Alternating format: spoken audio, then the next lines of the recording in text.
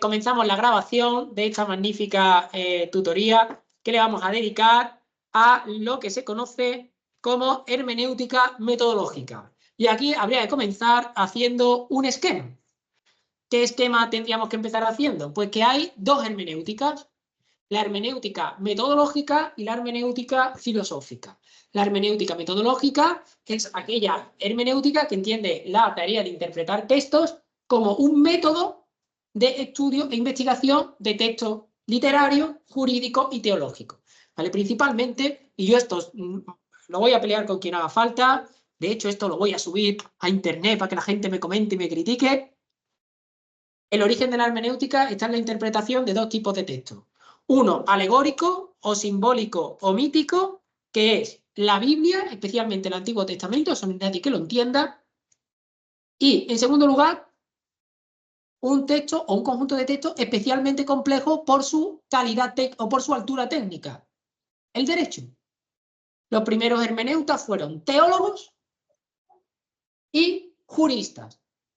El teólogo tiene que, de algún modo, descubrir la voluntad de Dios oculta en el texto, y el jurista tiene que descubrir la voluntad del legislador, sea el legislador romano, estatal, prusiano, el que sea, oculta bajo el texto de la ley.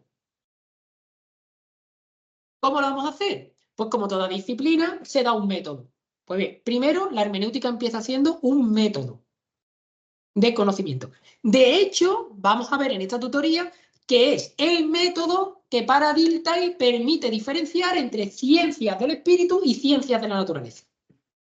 Las ciencias de la naturaleza tienen el método científico, matemático, que tengan, solo saben los científicos, y las ciencias del espíritu tienen la hermenéutica. Vale.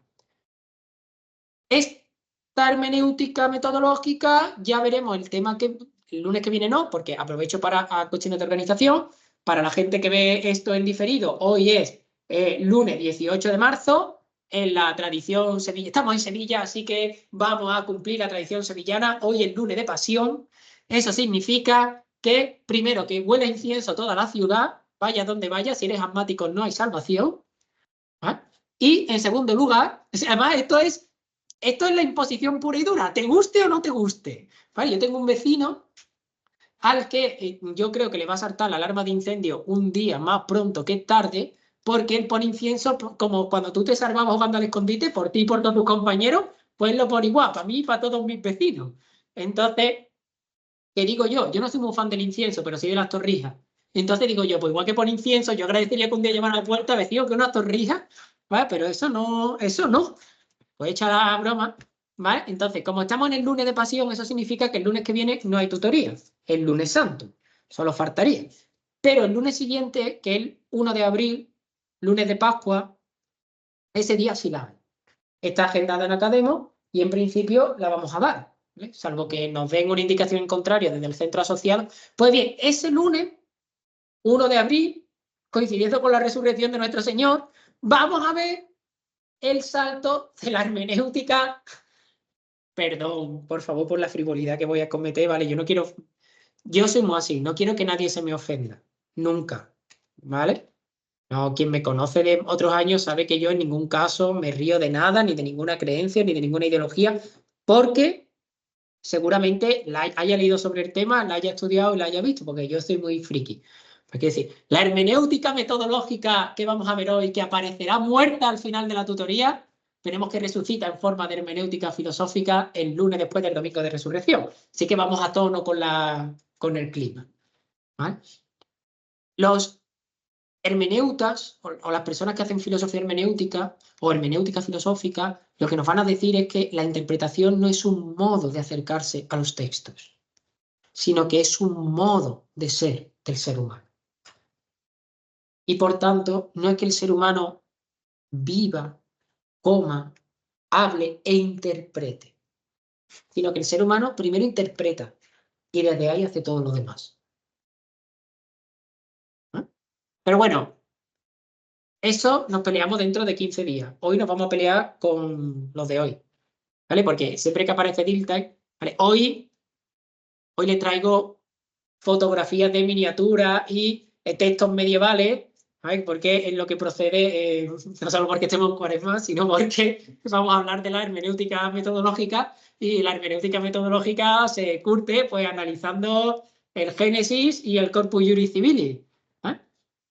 Por tanto, una vez presentada filosofía del lenguaje, filosofía de la ciencia y fenomenología, hoy vamos a cambiar el chip. Esto no tiene nada que ver con lo que vimos la semana pasada, pero nada. Y vamos a ver otra de las grandes corrientes filosóficas que ha marcado el siglo XX y que todavía hoy tiene mucha influencia, que es la hermenéutica. ¿Por qué? Porque a la hermenéutica le pasa lo que a la fenomenología, es un método, o bueno, o es pretendidamente un método, entonces se puede aplicar a todo. Hay una sociología fenomenológica, hay una sociología hermenéutica, hay una pedagogía hermenéutica. Yo, una de las cosas más vergonzosas que he visto en mi vida fue a una persona en un congreso de pedagogía, al que no volverán a invitarme, hablando o haciendo hermenéutica de cómo dos niños se relacionaban con una guitarra. Que se ve que eso se puede hacer. Entonces, se puede aplicar a todo. Y como se puede aplicar a todo, es como la deconstrucción de Derrida. Se puede deconstruir desde un relato a una tortilla. Entonces, este es el problema. Porque como se puede aplicar a todo, a veces se frivoliza. Y las personas que lo aplican mal porque no conocen el método. Pero bueno, hoy la hermenéutica es inmensa, es enorme. Hoy nos vamos a centrar, como hemos indicado, en los inicios de la teoría. Es decir, la hermenéutica metodológica. Y vamos a ver a los dos fundadores de esta corriente, que son Friedrich Schleiermacher, ahora lo vamos a ver escrito, que nadie se asuste, porque este es uno, junto con Nietzsche, es uno de los autores más difíciles de escribir sin falta de ortografía. ¿Vale? Schleiermacher y Dilthey, que también tiene un H intercalado, mala idea. ¿Vale? Con permiso. Vamos a borrar a la escuela austriaca, ya que aparezca aquí un Milei de la vida, ya tengamos montado. Y, perdón, voy a escribir los nombres como los de casa lo van a ver en la pantalla, voy a escribir aquí. Ahora me equivoco yo escribiendo, ¿no te imaginas?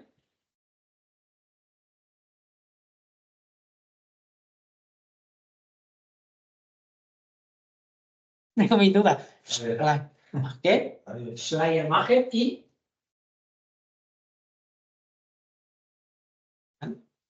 Dilthey.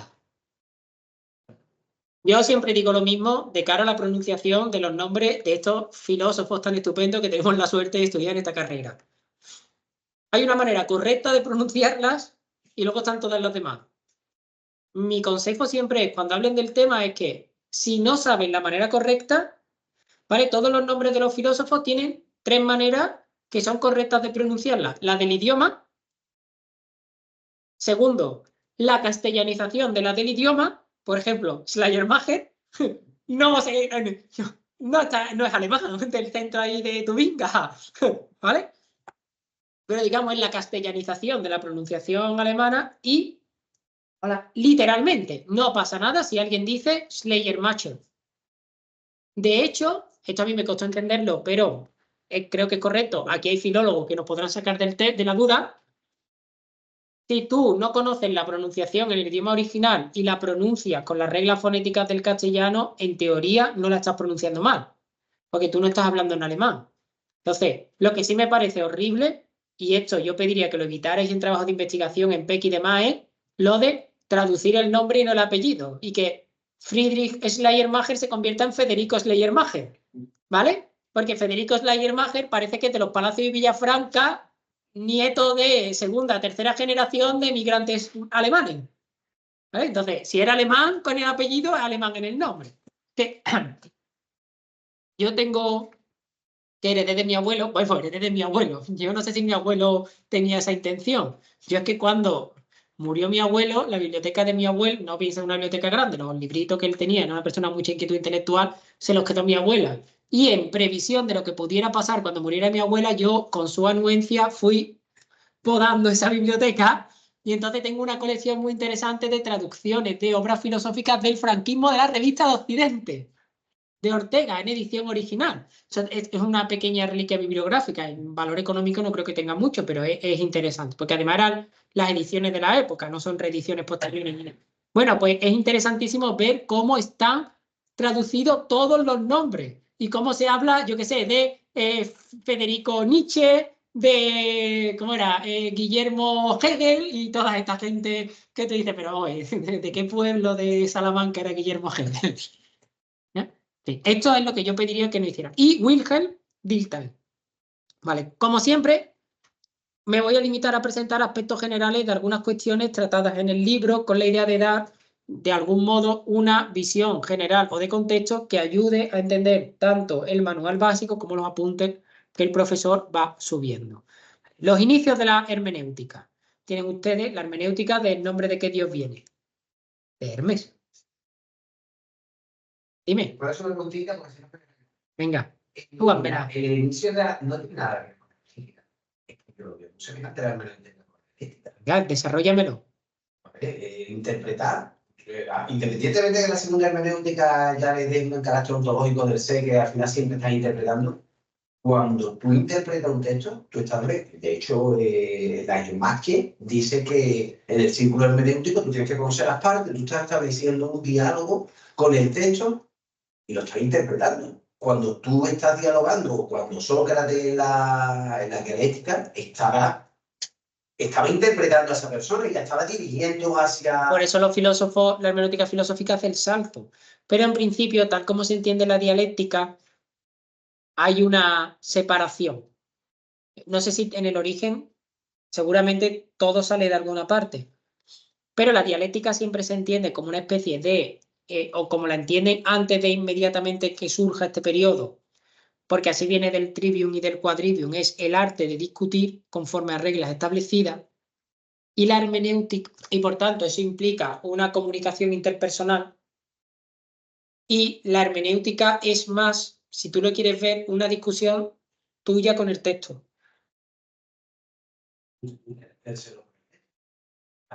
Si lo quieres ver así, pero por ejemplo, las reglas de la dialéctica, las reglas de la hermenéutica son distintas. Porque cuando estamos interpretando el texto, por ejemplo, hay una cosa, tú has puesto el ejemplo del diálogo socrático. Sócrates no interpreta lo que dice Critón o lo que dice Laques conforme al espíritu de Laques. De cierta manera sí lo está interpretando porque con su pregunta lo está causando. Él lo está interpretando conforme a donde él quiere llegar. ¿Vale? Él está llevando al corderito al matadero para luego atizarle bien fuerte. Entonces, es una interpretación, digamos, convenida. Lo que van a defender los iniciadores de la hermenéutica es que lo que hay que buscar es la intención del autor. Por tanto, Sócrates tendría que haber interpretado el concepto de piedad o el concepto de virtud no conforme a donde él quiere llevar al tipo, sino conforme a lo que el tipo está intentando decir. Y no se hubiera reído cuando Hippias dice que la belleza es el oro.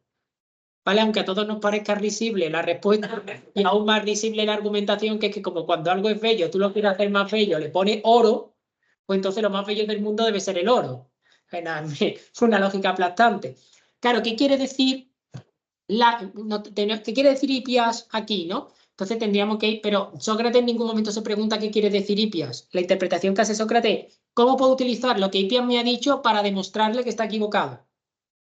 Mientras que, por ejemplo, a mi juicio al revés, porque precisamente lo que intentan descubrir los teólogos, ningún teólogo decente, perdón, yo sé lo que es un teólogo decente, pero ningún teólogo ortodoxo se presupone enmendarle la plana a Dios. Y de los teólogos entiendo menos, pero los juristas, los primeros juristas, ninguno se hubiera atrevido a corregir una coma del Corpus Iuris. Pero la verdad revelada desde el punto de vista de Dios. Este era el reto. Superar subjetivismo. Por eso nos hablarán de la reconstrucción del acto creador. Que no es llevarme... Otra cosa es que yo con esta excusa me lleve el asco a mi sardina. O arrime el asco a mi sardina. Pero en teoría yo no debo arrimar el asco a mi sardina. En teoría. Mientras que en el otro lado, yo lo que debo hacer... Y de hecho veremos que en la interpretación la hermenéutica filosófica es, con todo mi respeto, es eso. Yo tengo una teoría y lo que hago es círculos referenciales, ¿no? la esencia de la libertad es la verdad y la esencia de la verdad es la libertad. Venga, Heidegger, ya hoy te ha ganado el pan. Eso lo dice Heidegger en Ser Tiempo. La esencia de la verdad es la libertad, la esencia de la libertad es la verdad. Pues muy bien, Heidegger, ya hoy lo único que te queda es comerte tu chusco de pan, tu plato de aceite y a tomar colacao. Porque ¿qué has hecho tú hoy? Nada. Para darte un guantazo a mano abierta. ¿Vale? Ahí no hay interpretación posible. Con perdón si algún heideggeriano me está viendo, ¿vale? Pues aquí. Porque ahí ha tenido otro carácter, la hermenéutica, era un todo. Pero eso voy, esa sí me parece más cercana incluso a una dialéctica entendida desde un punto de vista ontológico o metafísico, en la que yo voy cabalgando con las contradicciones, con las tesis y las antítesis, hasta alcanzar la unidad perfecta.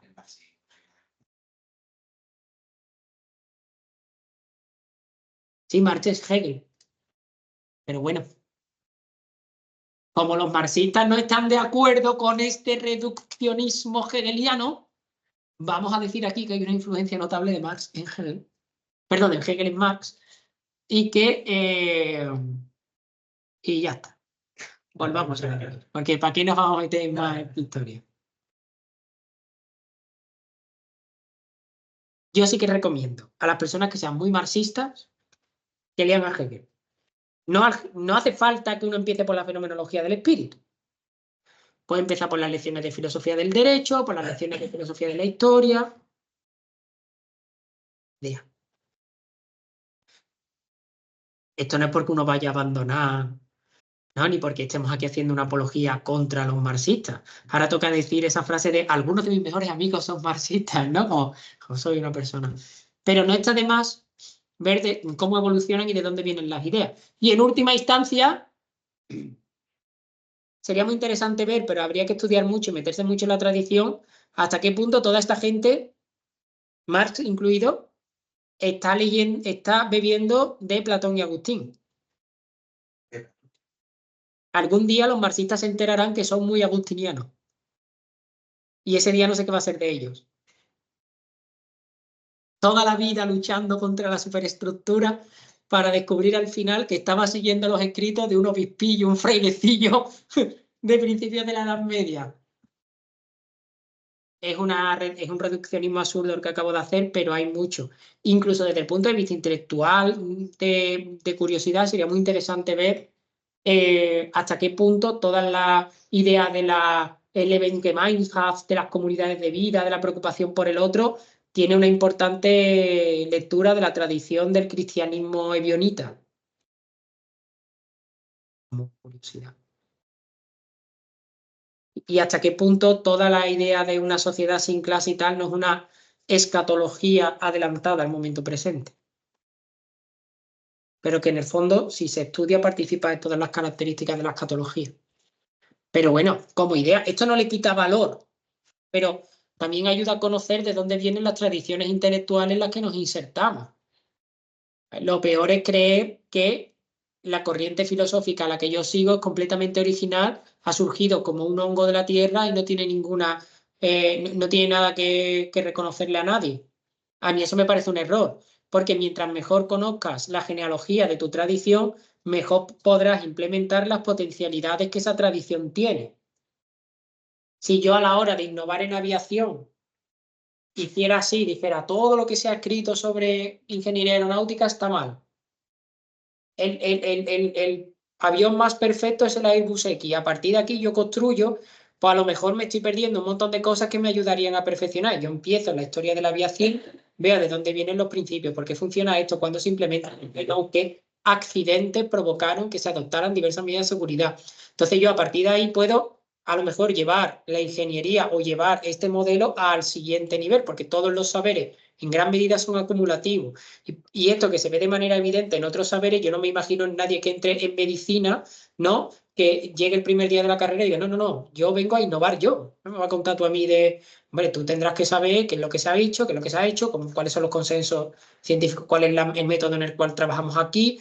Y ahora, cuando sepas todo eso, precisamente porque sabes todo eso, a lo mejor puedes detectar errores y puedes mejorarlo. Pues yo creo que es importante, si yo estoy inserto en una tradición filosófica, saber de dónde viene esa tradición, pero como consejo de abuelete ya que peina canas. La palabra, dime.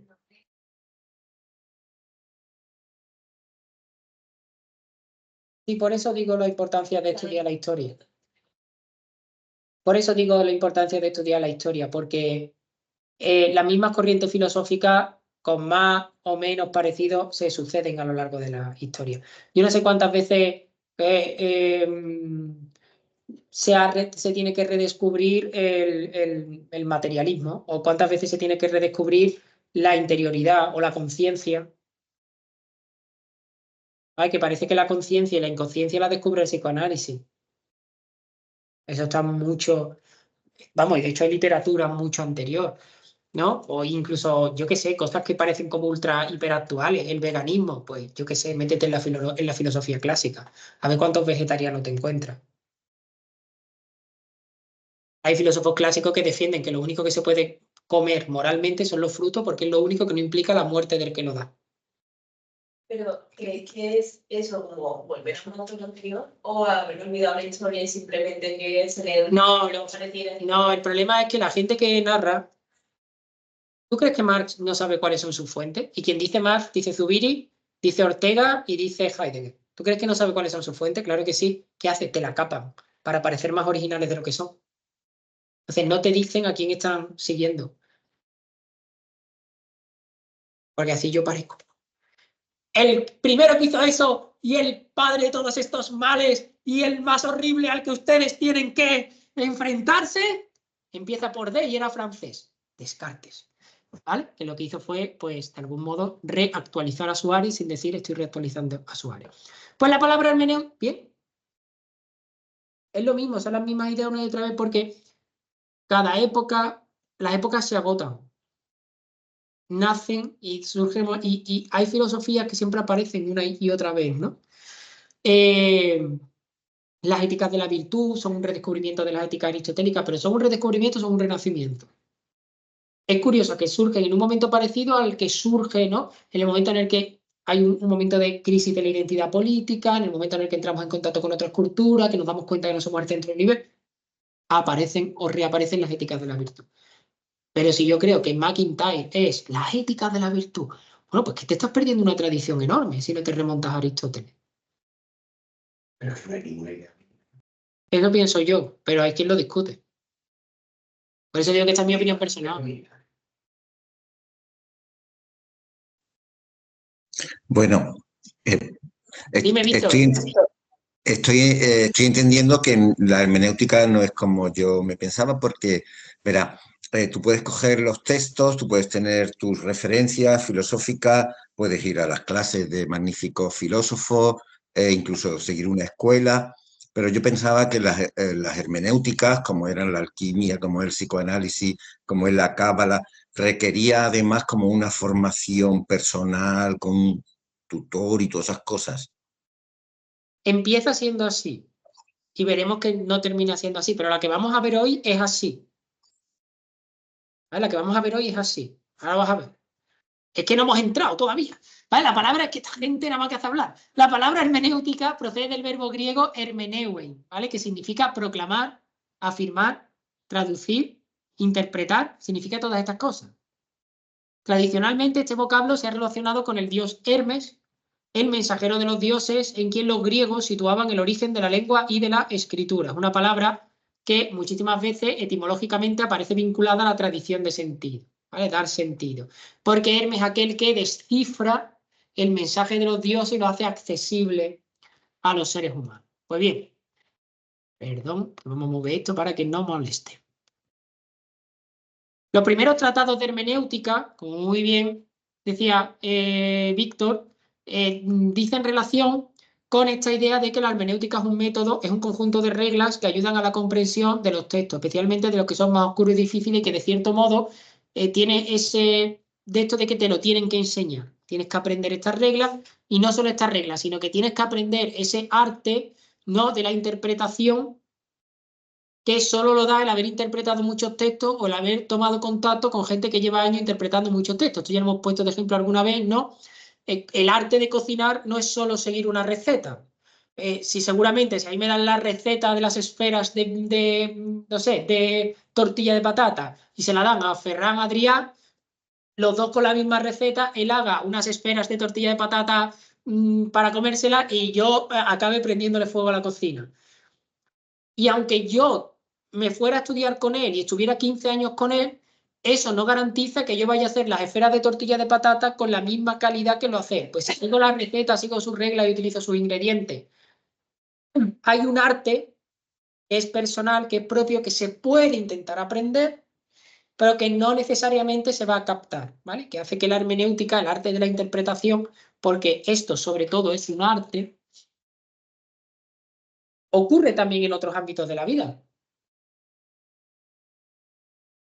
En derecho tú puedes aprenderte todas las normas de memoria, puedes ver 1000 millones de... Al final hay un arte que te da el qué tienes que decir, cómo tienes que enfrentarte al juez, cómo tienes que abordar al fiscal para buscar un acuerdo, que eso lo da es una cierta sabiduría que es en parte personal, en parte experiencial. Vale, pues estos momentos iniciales de la hermenéutica como disciplina podemos diferenciar 3 hermenéuticas.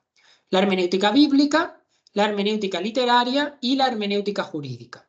La hermenéutica bíblica tiene sus orígenes en el siglo XVII. Como hermenéutica se viene haciendo desde mucho antes, porque prácticamente la teología es la interpretación del texto sagrado en tanto que sagrado. ¿Por qué ponemos el siglo XVII? Porque en torno a este siglo están los conflictos en torno a la libre interpretación de la Biblia. ¿Vale? Y la hermenéutica bíblica tiene un peso específico porque es lo que reivindican para sí los movimientos protestantes. ¿Vale? Que ellos pueden, que cada cristiano puede interpretar la Biblia por sí mismo sin necesidad de pastor, guía o dogma. En este sentido, la hermenéutica teológica nace vinculada a la reforma protestante. La idea de yo, como cristiano, tengo al Espíritu Santo igual que el Papa y no necesito que el Papa me diga si aquí me están diciendo esto, me están diciendo lo otro. La hermenéutica clásica tiene por objeto, por su parte, descubrir el sentido oculto de los textos clásicos, principalmente de los textos literarios clásicos, la Ilíada, la Odisea, la idea de que en estos textos hay mensajes ocultos. Ese mensaje oculto lo tenemos que descubrir a través de la aplicación de un método interpretativo. Y en el siglo XVIII la hermenéutica pasa a ser una herramienta muy preciada por los juristas, ¿no? Toda vez que la tarea consiste en la interpretación y aplicación de los textos legales emanados del Poder Legislativo. ¿Qué buscamos nosotros? La voluntad del legislador. ¿Qué es lo que ha querido decir el legislador? A veces lo dice claramente y otras veces no lo dice tan claramente. Y entonces hay que descubrir. Por ejemplo, en el artículo 1902 del Código Civil dice que por acción o omisión causa daño a otro, interviniendo culpa o negligencia, queda obligado a reparar el daño causado. En ese artículo, de los 4 elementos que componen la responsabilidad civil extracontractual o aquiliana, de los 4 se dicen 3. Acción u omisión, culpa o negligencia, el daño. Ahora bien, no se menciona el cuarto, que lo tiene que poner la interpretación, pero que está en la voluntad del legislador, que es que hay una relación directa de causalidad entre la acción y el daño. Porque si no hay una relación directa de causalidad, tú me vas a contar a mí que te voy a indemnizar. Pero el artículo no lo dice. Tampoco el artículo diferencia daño material, daño moral. Dentro del daño material no se diferencia el daño emergente, el lucro cesante. Eso hay que descubrirlo a través de la interpretación de esa norma. El 1255 dice que los contratantes pueden establecer los cláusulas, pactos y condiciones que tengan por conveniente siempre y cuando no sean contrarios a la ley y a la moral, al orden público. Hay que ver cuáles son los límites. ¿Qué es la moral como límite de la autonomía privada? Pues hay que hacer un esfuerzo. ¿A qué moral se está refiriendo? A la del 19. Ahí hay que hacer una interpretación sociológica de la que habla el 3.1 del Código Civil. Entonces, pero no se busca, la doctrina no busca lo que conviene al profesor de Derecho o a la profesora de Derecho, sino que... Y el abogado, el fiscal, busca interpretarlo en función de lo que mejor interese a la parte que le está representando procesalmente. Ahora bien, hay que decir que aunque los apuntes y tal hablan del siglo XVIII, en realidad la hermenéutica aplicada a los textos jurídicos aparece con la escuela de los glosadores en el siglo XI en Bolonia, principalmente vinculada a la figura de Ignerio. La característica común que comparten estas disciplinas es que todas pretenden hacer aflorar un sentido de los textos que no es evidente a los mismos. Son un sentido que está oculto y que aflora mediante la aplicación de reglas concretas. Vamos a ver si lo consiguen o no. Estamos viendo la pretensión. Desde aquí, ¿no?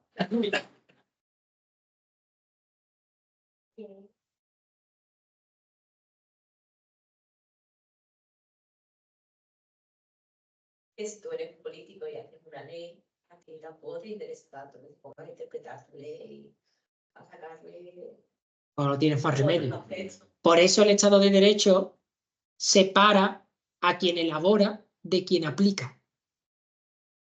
Para que quien elabora no tenga el control total de la ley. Sí, lo entiendo. Por eso, tanto en el tema bíblico como en la literatura como en el jurídico, ¿quién se metía con la hermenéutica? ¿Intelectuales o...? ¿Cómo que quién se metía? En principio, la hermenéutica metodológica no tiene grandes detractores porque es un método de trabajo. O sea, el conflicto no está en el método, sino en el resultado de la investigación. La pelea entre Lutero y el Papa, en última instancia, no es por los criterios de interpretación aplicados, es por la consecuencia o el resultado de esa aplicación. Porque Lutero, cuando interpreta la teoría del servo-arbitrio, la de la predestinación y la de la interpretación intelectual. Y el Papa interpreta otras cosas. ¿Vale? Pero el conflicto es de interpretaciones. No le están diciendo a Lutero no aplique reglas. De hecho, Lutero está haciendo eso porque Lutero, antes de ser Lutero, era Lutero el profesor de Sagrada Escritura que aplicaba estas reglas. El conflicto con Roma no es sino por lo que tú estás aplicando. Dime. Ya como método incorrecto. Entonces, como método incorrecto, pero ya no concretamente, porque es que partes de una interpretación correcta. Pero En el sí, momento que tú le quitas, en los textos legales en un momento dado, está supeditado por lo que determina un juez. Y digamos, tu interpretación se vendrá refrendada por lo que determina un juez. Cuando tú le quitas la autoridad al Papa, que se le presupone la autoridad, ya hay... ese es el problema. El problema siempre de la hermenéutica siempre es el mismo. Que si, esto, por ejemplo, lo aborda muy bien Paul Ricoeur en un texto que se llama El paradigma del texto, valga la redundancia. En el paradigma del texto, Ricoeur dice que todas las interpretaciones, si son equivalentes, es imposible, incluso te pierde sentido la propia labor de interpretar. Entonces, las disciplinas que son netamente interpretativas, como por ejemplo el derecho, que han hecho crear una jerarquía de intérpretes que dan la última palabra independientemente de si es buena o mala. Aquí, ¿quién interpreta? Interpreta el fiscal, interpreta el abogado. ¿Quién cierra la cadena de interpretación en primera instancia? El juez. Pero luego hay una vía de recurso. De ahí ya no estamos interpretando la norma. Que esto hay muchos abogados que se les escapa. En vía de recurso yo estoy interpretando la resolución, la sentencia. Y ahora el fiscal dice una cosa o la parte demandante tal, dice, hasta que hay un último órgano, Tribunal Supremo, Tribunal Constitucional, que está fijado que ese es el último que se da la interpretación definitiva. Pues es una mierda. Pero esa es la definitiva. ¿Por qué? Porque en un sistema en el que las interpretaciones no son de forma autoevidente una mejor que la otra, hay que hacerlo ficticiamente. Es que los que promueven el método parten de la idea de que hay una interpretación más correcta que la otra. De suyo. Esto lo va a defender también Ricoeur, ¿eh? Sin necesidad de recurrir al Papa, porque Ricoeur era un fervoroso protestante. Digo fervoroso porque él vivió mucho su identidad protestante en mitad de la católica Francia, siempre se dice así en los manuales. Porque él, por ejemplo, aplicará las interpretaciones en la lógica de la probabilidad, pero esto nos lleva muy lejos, ¿vale? Pero que la propia hermenéutica ha intentado buscar criterios de discriminación entre interpretaciones. Es de escepticismo, esto es. Está aplicando... Pues es una manera de concluir, pero no... Porque tú eliminas el criterio decisorio, eliminas a Ricoeur y dices escepticismo. Pero... el criterio de probabilidad es lo que los escépticos... Pero vamos a ver, Gaby, esto es como decir, si el coche no coge 150, dame el patinete. Entre el patinete y el coche que coge 150 está la motocicleta, el ciclomotor, el coche que coge 120. Es que a mí solo me satisface el de 150 o el patinete. Yo, o hay una verdad claramente autoevidente o escepticismo. Bueno, entonces escepticismo. Es lo mejor que te puedo recomendar porque verdades autoevidentes, salvo que la tutoría termina en 20 minutos y ni eso está claro, autoevidente no hay ninguna. Pero ni aquí ni en ningún sitio pienso yo, ¿vale? Porque la única verdad autoevidente es cuando tú compras las reglas de juego de una determinada corriente. Si eso es así, pero tú estás intentando esto. Como si eso ya fuera el A ver, no, la verdad. pero a ver, ellos se venden así, pero de ti depende comprar. Y yo lo tengo que vender así, porque a mí me parece que es de una gran deshonestidad intelectual presentar las corrientes desde lo que las corrientes tienen de débil o de tal. Mira, primero presentémosla como la corriente querría ser presentada. Yo siempre he dicho aquí que yo presento aquí las escuelas o los filósofos o a la gente, a la peña, como a la peña le gustaría ser presentada. Es como si yo te tengo que presentar a ti en un congreso y digo, pásame una biografía tuya y tú ahí te pones bien. Yo, pum, vale, pues yo leo esto. A lo mejor yo lo estoy leyendo y estoy pensando, me parece que esto no es del todo así. ¿Vale? Y luego, en el turno de debate, cuando ya he aprendido quién eres tú bien, según tú te presentas, en el turno de debate, y esto es lo bonito, utilizando las palabras que tú has usado para presentarte, te enseño las grietas. Pero empezar desde las grietas me parece una falta de honestidad intelectual. Y esto no significa que estas corrientes no tengan grietas, claro que las tienen todas, ¿vale? Porque por suerte o por desgracia, ninguna es la definitiva. Imagínate que la definitiva fuera la de Wittgenstein. ¿Qué sería de los pobres continentalistas como yo? ¿Eh? Pero el lenguaje, al final tú estás. El lenguaje, cuando utilizas el lenguaje, estás plasmando una realidad fija. Y Te la veo, realidad es dinámica. te veo a final de curso con bigote como el año pasado. La cosa va a ir mal. En algo fino. Ahí En está. algo fino. Lo otro es dinámico. Ay. Si es que al final todo hace agua por alguna parte. Bueno, de aquí la evolución, ¿vale? De la hermenéutica como rama de la filosofía. En el origen que encontramos, en el origen encontramos la idea luterana de que hay una relación entre el fragmento de una obra y la obra en su totalidad. Este es una suerte de círculo hermenéutico. El todo solo es comprensible desde la parte solo es comprensible desde el todo. ¿Por qué dice Lutero esto y por qué es tan importante? Porque lo que Lutero está intentando defender es que la Biblia es un texto autocontenido. Para interpretar un fragmento de la Biblia, solo necesito el todo de la Biblia. No necesito la tradición, no necesito el dogma y no necesito el magisterio papal. La Biblia se explica desde la Biblia. Es un texto autocontenido. A esta intuición ha de sumarse la aspiración de Ernesti de que la hermenéutica fuese un método puramente científico en el sentido que esta gente entiende científico. Nadie me imagina ahí al hermenéutico con la bata blanca, la probeta. ¿Qué dice el texto? La Biblia debe ser interpretada como cualquier texto histórico. Esta fue la verdadera piedra de toque de la teología. Cuando se dijo, no es un texto solo de historia, sino que es un texto histórico. Entonces, como todo texto histórico, vamos a estudiar su contexto, los autores, las influencias, las tradiciones. Porque antes de texto revelado y con independencia de ser un texto revelado, no es un texto histórico que puede ser estudiado históricamente. La historia, por tanto, y no el dogma, no la fe, es lo que se convierte en un contexto que muestra el verdadero sentido del texto. Comprender el texto, por tanto, es comprender cómo un autor ha llegado a decir lo que dice. Por lo tanto, lo que estoy buscando en última instancia es la voluntad del autor. De modo que yo tengo la tarea de interpretar porque no tengo al autor. Si yo tuviera delante al que escribió el libro no sé, del Génesis, yo, a ver, Paco, tú que... Bueno, no, Paco no, se llamaría Jaime. ¿Tú qué estás decidiendo aquí? ¿Vale? Joseph, ¿aquí qué pone? ¿Vale? Porque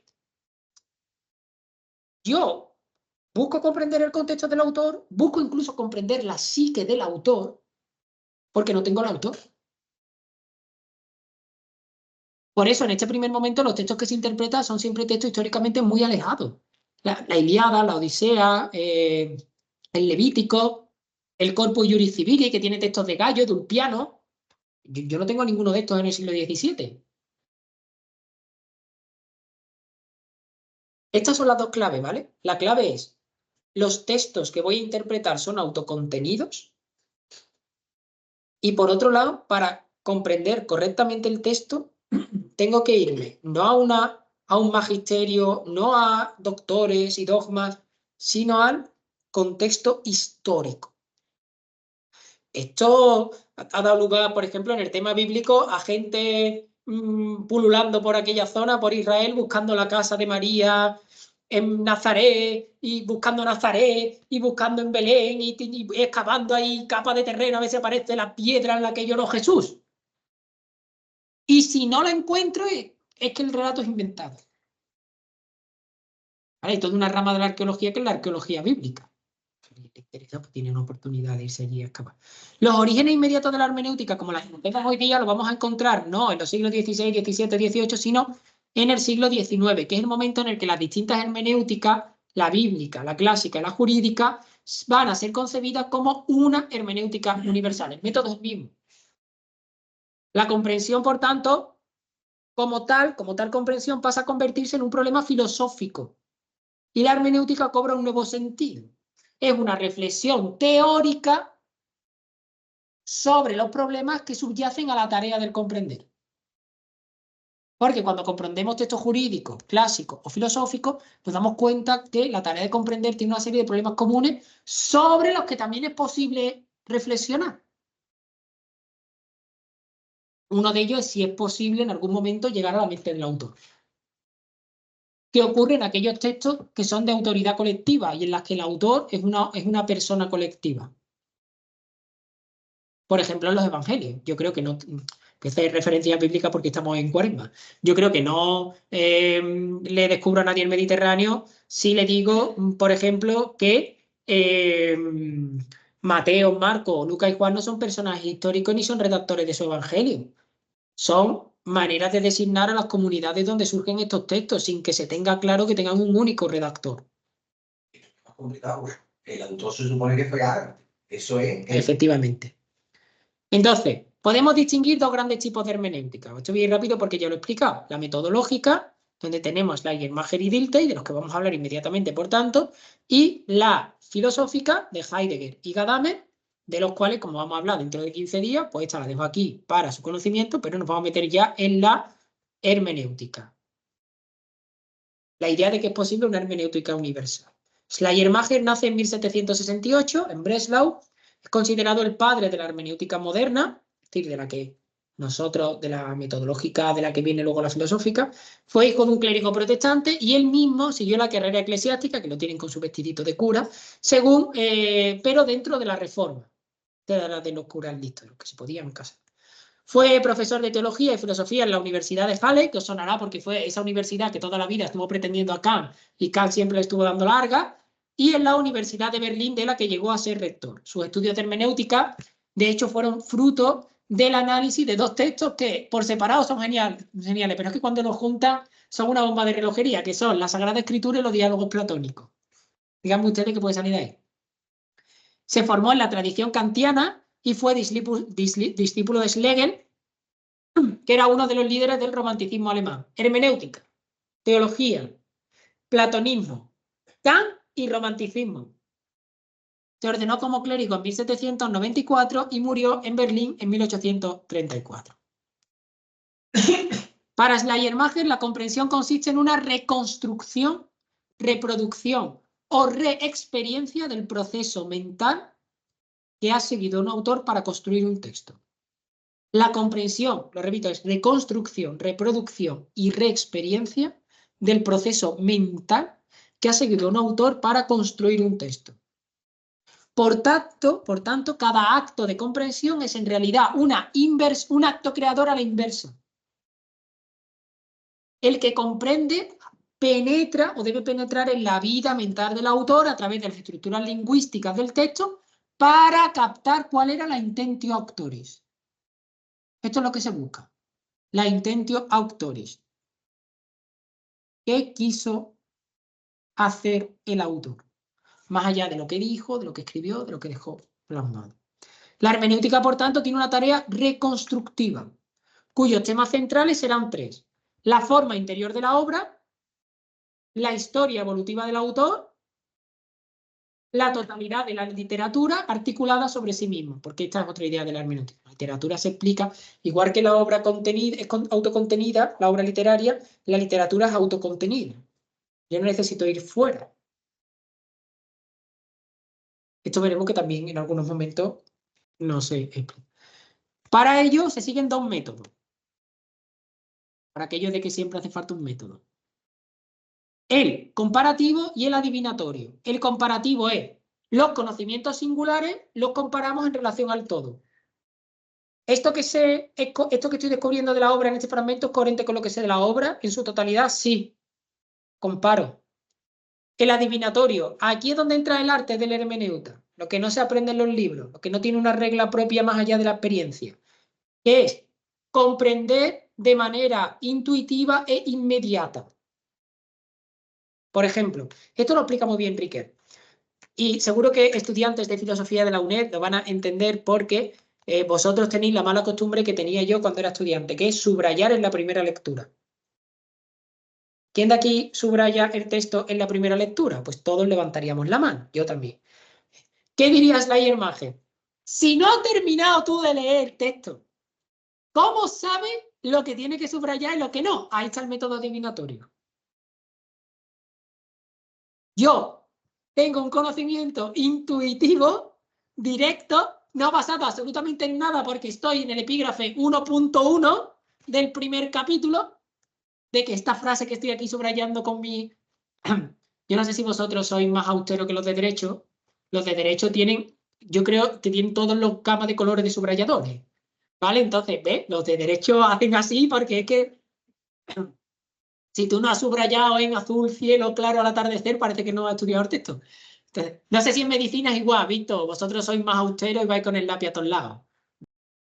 No, nosotros subrayamos también, pero con pocos colores. Ah, con pocos colores. Ellos son prácticos, colores. coño, claro, son de medicina. ¿Vale? Los de derecho a nosotros es que como lo que abunda no daña, colores, colores, colores. Que luego tarda más tiempo estudiando la gama de colores que el texto en sí. ¿Vale? Pues en filosofía normalmente somos más austeros y vamos con lo que nos pille. ¿Vale? Entonces, ahí, del tirón. ¿Qué pasa? Es intuitivo, es adivinatorio. Buscamos el fragmento individual, yo lo intento comprender de manera intuitiva y adivinar que esto va a ser importante. A veces la persona que ha escrito el libro nos da alguna pista y nos dice, mi tesis es lo que voy a defender. Bueno, pues eso sí, eso subrayalo. Pero es muy difícil saber de una primera lectura qué es lo que merece ser subrayado. Vale. ¿Por qué podemos hacer esto? Porque normalmente la primera vez que nos acercamos al texto no es la primera vez que nos acercamos al texto. Claro, yo ya sé algo del texto. Bien porque sé algo del autor que lo ha escrito, bien porque sé algo de la historia a la que pertenece el texto, de la corriente, y entonces puedo comparar. Lo que hago es intuitivamente digo, lo que estoy leyendo tiene coherencia o parece importante para lo que yo sé de la totalidad del autor, de la escuela, y entonces subrayo. Pero en el fondo estoy adivinando, no tengo ni idea. Puede que me haya tocado el reverde de la escuela y para este todo lo que era importante para los otros, para este no lo sea. ¿Vale? Pues, dos métodos. La pregunta clave que pretende responder Schleiermacher es ¿cómo es posible la comprensión? Y para responderla va a articular la histórica o va a articular historia, filología y filosofía. La hermenéutica, vale, para Schleiermacher, o Schleiermacher va a centrar la hermenéutica en el acto de comprender. La hermenéutica para él, la hermenéutica para él va a tener como objeto a la humanidad y a sus producciones espirituales, sobre todo a la historia como un gran texto producido por la humanidad. ¿Vale? Esta también es una idea que va a coger la hermenéutica filosófica de la hermenéutica metodológica. Todo es reconducible al texto. La historia puede ser vista como un gran texto colectivo. Tus acciones pueden ser vistas como una narración de la que tú eres autor. Las sociedades pueden ser vistas como grandes manifestaciones literarias.